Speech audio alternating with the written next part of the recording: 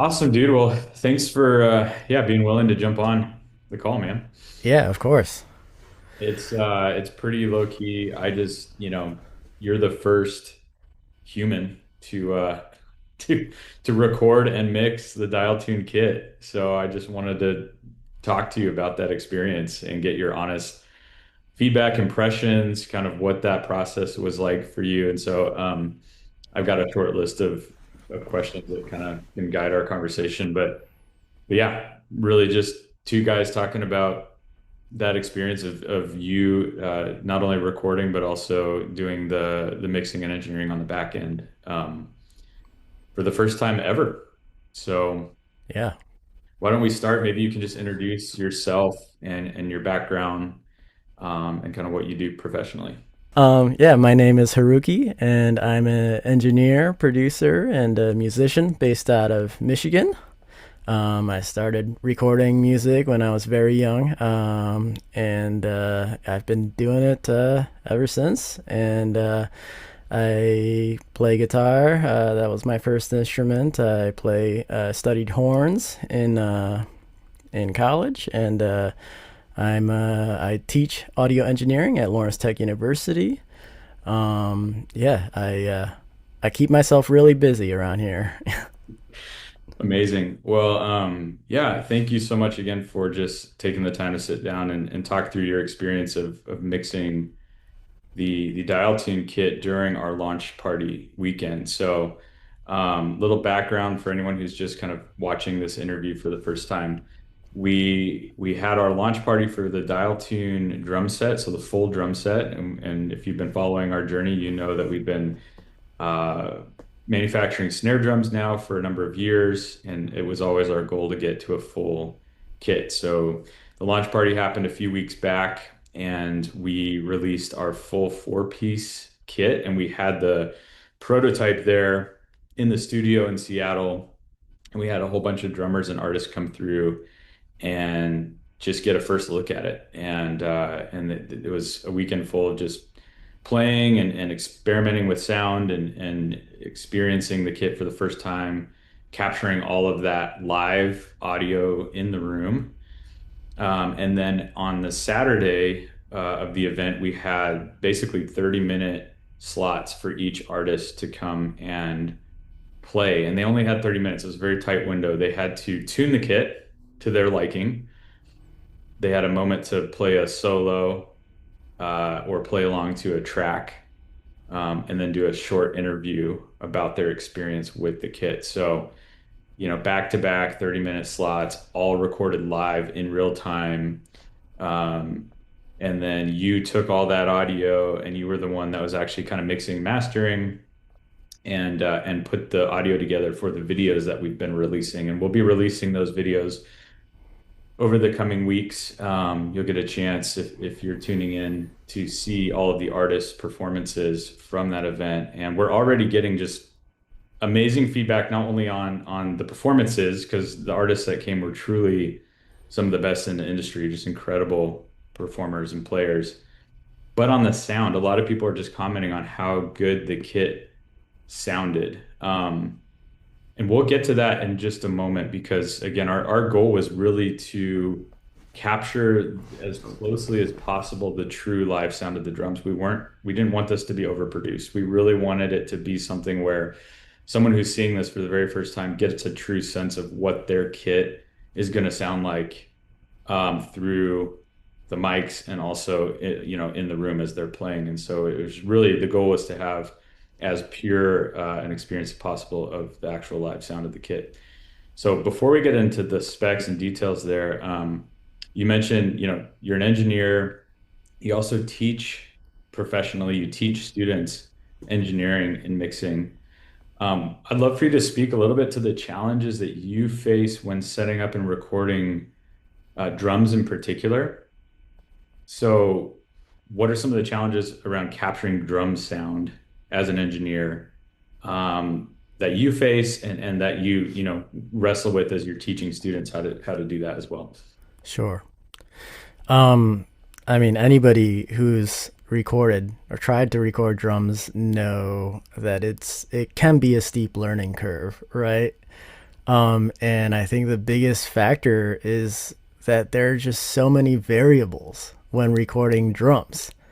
First of all, it's like there are so many pieces that you're juggling, right? And then you're putting oftentimes a lot of microphones onto it. If you're recording voice, it's usually just one microphone that you're dealing with. And so like even if that microphone doesn't sound good on that person, it's like, okay, let's just swap that out and see what happens.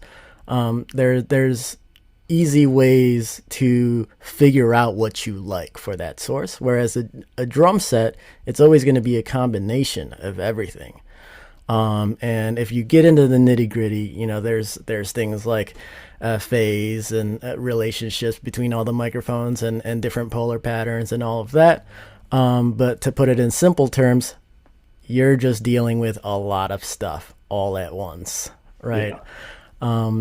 Yeah, so that's the hardest part, to kind of get to know, and then to be able to teach that is again, it's like how do you isolate the different variables, and then there's just no right or wrong way either. That's a whole nother thing, and that's kind of true for anything in audio engineering. Is like there is no right or wrong.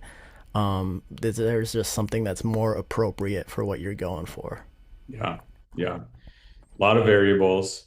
Hmm. How much does tuning affect or not affect, the finished quality of the sound that you're getting? Because as engineers, you're dealing with a variety of different drummers and drummer styles, and not all drummers tune their own kits or Right. really are proficient at it. So speak to that element a little bit. Yeah. Yeah.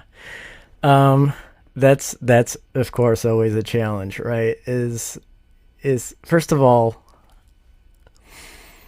whose kit are we using? Right. If a band comes in and they have their own kit that they want to use, but it's like they bring it in, there's tape all over the place. It's seemingly hasn't been tuned in a while. It still has really old heads with dents in it or something like that. You could have something like that, or maybe it's not a local band that's coming in with a beat up kit, and they're cool to use the studio's kit, which is tuned a certain way and maintained, and that's always nice if we can go that route. Um, so tuning is huge, but even then, if even when we're using our own kit at the studios that are well maintained, you still have to take that time and bake that into the budget of the bands. So that's a whole nother variable as well. What's their budget, right? Do we have all that time to be spending to dialing in the tones that we want in the studio? And Yeah, I'm a big get it right at the source guy.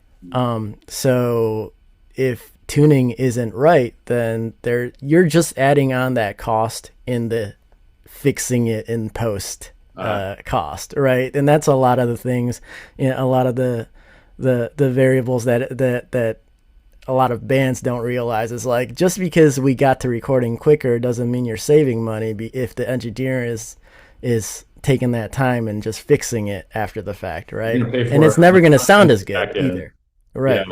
Yeah. There's Yeah. always time spent to get that sound Mm-hmm. right. And so it Mm-hmm. sounds like, I mean, what you're saying is like if you can tune it well in the initial phase and get that raw quality sound, then it saves you a lot of that back end time on the mixing Absolutely. phase. Absolutely. Yeah. And I'm sure that tuning drums too. I mean, that's is that part of what your students learn in their course is how to tune the drums or My students do get some hands-on experience learning to play drums. Hmm. Obviously, not like you're not going to become proficient Yeah. just in a semester audio engineering class, but I'm a firm believer that you should at least have firsthand experience on what good drum tones sound like, right? And as an engineer, the reason why a good drum set sound is important to your mix is because it takes up the full frequency spectrum from your sub end all the way to the highest frequencies, the full spectrum of frequencies that humans can hear, the drum set takes up. Wow. So if you don't get the drum set tone right, you're really not getting music right. Amazing. Well, with that in mind, I think that's a great kind of segue to. I would just love to hear again, you're the first human to track and record the Dial Tune four-piece drum kit. A little note on this, again, for our listeners is that we played these things wide open. We had zero external dampeners, so we didn't use moon gels, we didn't use snare weights, we didn't use anything to deaden or dampen the sound of the drum. So it was a very open tuning. The only thing that the artists did through the weekend was literally turn the dials. So adjusting the top head, often to find kind of where they wanted to be in the register, and then the bottom head to affect tone and cancel out and mitigate overtones or adjust for the quality of tone that they were looking for. So the other thing was on the recording and processing side is we wanted to be as light and low touch as possible. We wanted this to be a really authentic replication of the sound. So talk to me a little bit about just your experience and what was maybe new or surprising. How did it compare to recording a traditional drum kit? If there were challenges too, speak to those as well. Yeah. Uh, well, first off, I think um, it's just unless it's you're going for like a bebop drum kit tone where it's like it's normal to go full open, right, on the tones, no dampening. If you're going for pop, rock, like gospel-y sound or whatever, it's like it's almost unheard of to be able to do zero dampening whatsoever on a kit, right? So I think that's what I was most impressed by. And like I guess I just didn't realize how much of that bottom head can act as kind of a control for that like the ringing aspect of it. Um so yeah, that was definitely a surprise for sure. Um and also just the idea of recording 20 drummers right in one recording session, I think that could be overwhelming in just in it, any world that we're recording it. That's like just unheard of, right? To Yeah. just have like 20 drummers coming in and doing a session. And just seeing that in person happen and to be able to pull it off like that and have good results is is just proof that this technology works, I think. Well, and that's such a good point. Back-to-back artists coming in, everyone tuning their kit to their desired sound in, I don't know, how long did it take? 3, 5 minutes most of the time Yeah.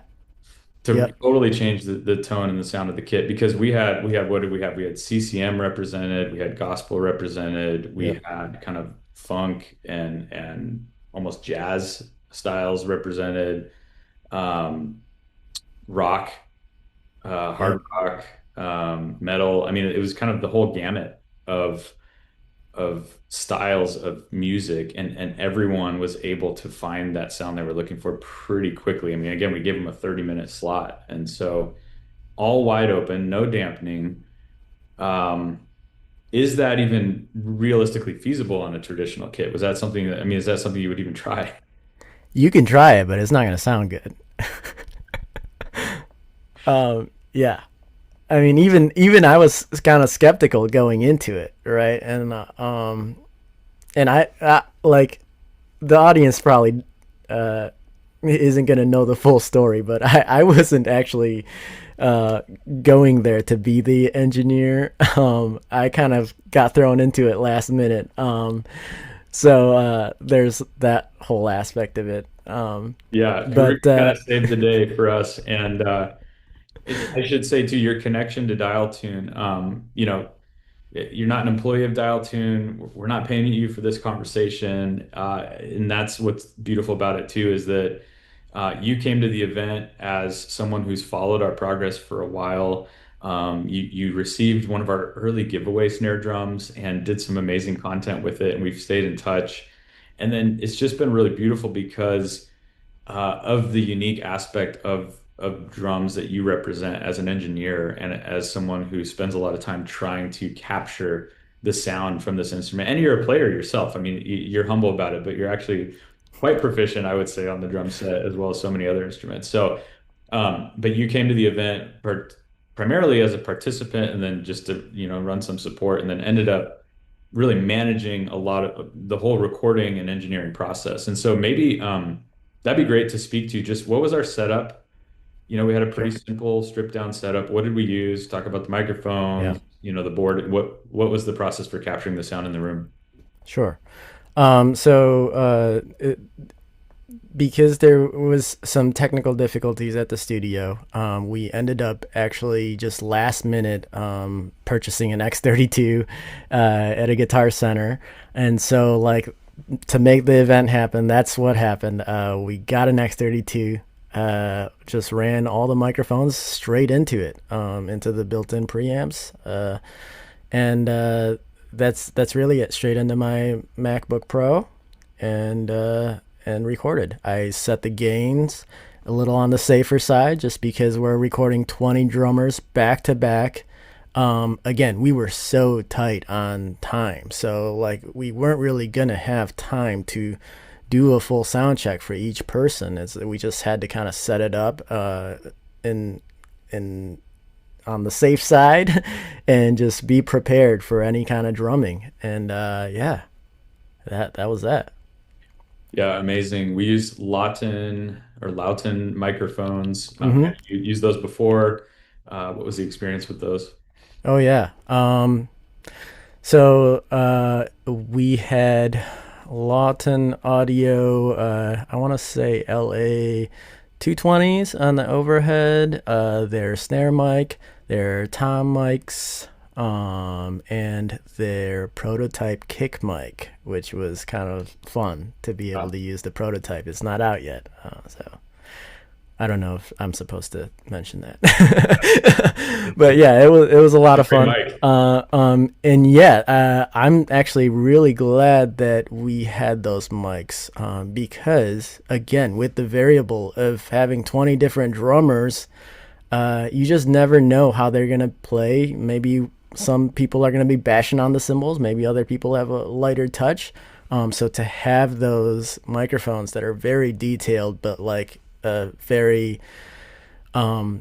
smooth sounding on all the cymbal bleed, made it really really nice to work with, and especially like the what you mentioned about going for a natural sound, right? Instead of using a very colored microphone, like the Sennheisers on toms, which is pretty normal, for like rock and roll or stuff like that.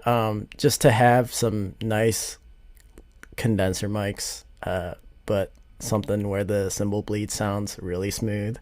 Then I was able to blend all of that in, and without any weirdness. Yeah, Yeah. amazing. Yeah, so the mics were great. They really helped. And then again, very simple stripped down setup, not necessarily by design, but what we had to work Mm-hmm. with. Um, Talk about the post process and your approach to that for this recording in particular. Sure. What did you not do that you might typically do? What did you do? What was that like? So, in the spirit of trying to keep it not quote unquote overproduced, uh, just a couple parameters I followed was to not gate anything, uh, and not No using gating. no gating. Yep. And no triggers, obviously, and no reverb. Now, when you do listen back to the recordings that we did, you will notice some reverb, but that's really just like the ambient qualities of the room mics that we had. And I think we just set up like a couple of Cascade fatheads or something in the corner of the room, just so we had that, which ended up being nice too when the crowd's like reacting to the drummer and stuff. But yeah, it's really just that. So depending on the style of music, if they're going for a much more larger than life kind of sound, then I would just turn up a little bit of the room mics. But all in all, yeah, no reverbs added on any of them, on any of the close mics or overheads or anything like that. What was the process as far as, time to get the sound kind of cleaned up on the back end? And how does that compare to like if you're working with a traditional kit in a typical setting? Oh, it just, I mean, it's so much quicker, but because we were able to get the right sound at the source, right? It's like, I mean, these were 20 amazing drummers. Yeah. They're pros, right? So they know what they want. And for them to be able to, like, dial that in, no pun intended, for them to be able to dial that in within seconds, and just get to the tones that they were hearing in their head is like, most of the work was done right there. Yeah. I guess the most time consuming thing for me, which wasn't even that time consuming, is really like the people that were playing to tracks. So the way I approached that is I would mix the drums so that it sits well with the track, Mhm. right? But then also like keeping in mind that they're gonna kind of segue into a drum solo. So like trying not to carve out too much or like stylize it too much to where now when they go and do a drum solo, it doesn't sound. It still sounds natural like what we heard in the room. So kind of like striking that balance was maybe a little bit more tricky. Mhm. But even then, yeah, it was not difficult at all. Yeah. Amazing. What would you say to anyone, specifically studio owners, engineers, who might be looking at dial tune as an option for their studio? I mean, I just do it. um, and I mean, I am biased, obviously, because I love the technology. But I also engineer at a recording studio, Plymouth Rock Recording Company out in Plymouth. And yeah, my snare lives there. In fact, I think we have two snares there because we love it so much. And yeah, the black nickel and the maple. Um, and so like when this whole kit launch thing, when I found out about that, is just like, oh my god, like to have this technology on the full kit is gonna be a game changer. Um, yeah, I mean, if you got a studio, that's a no brainer, I think. Yep. So you saw it in the room, you heard it live, 20 Yep. drummers, bunch of different sounds coming out of it, Mm-hmm. room mics, an audience, a big open space, and then you did all the mixing on the back end. Does it do what it says it does? Is it the real deal? How does it sound? It does what it says it does, and I don't like you're not really going to understand to what degree like what that means for your workflow until you try it. I think that's the biggest thing. And like I tried playing on the kit as well, and it's like it's kind of surreal when you are playing with that reso head, right? And as an engineer, like I can't tell you how many times like I would communicate to the drummer about subtle ringing things, right? Where it's like, there's just kind of a weird tone to that. And like traditionally, you're just hunting for this thing. And you're like, oh my god, I hear it in the mic. It's because you're close micing it, and most of the time it's in the bottom reso head. So like to get to that, if you already have a microphone there, you got to move the mic. You got to mount the tom, flip it, and then tune it, and then you could put it back on, and then put the mic placement back on, and then it's like you're just guessing and checking, right? So, I mean, when you're spending an hourly rate at a studio, that's a lot of money. Yeah. So, to be able to just hit it and turn this knob until that thing, whatever you're hearing, becomes right and it's like exactly the tone you want in real time, that's insane. Yeah.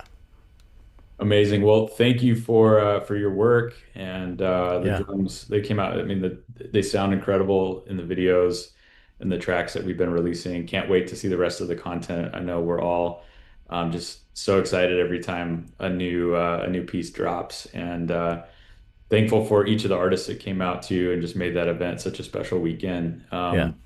Can't wait to get these kits shipped. So, just reminding everyone that's watching, we are live with our pre-orders right now for the 3 and 4 piece Dialtune drum kit.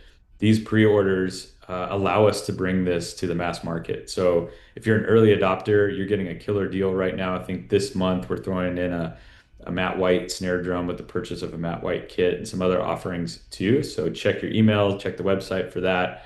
But really, by pre-ordering a kit now, you make it possible for us to bring this to the rest of the drumming world and community. So thank you already to those who have purchased. You guys are amazing. We love our Dial Team community. Thank you, Haruki, for your time today as well. Yeah. Thanks for having me.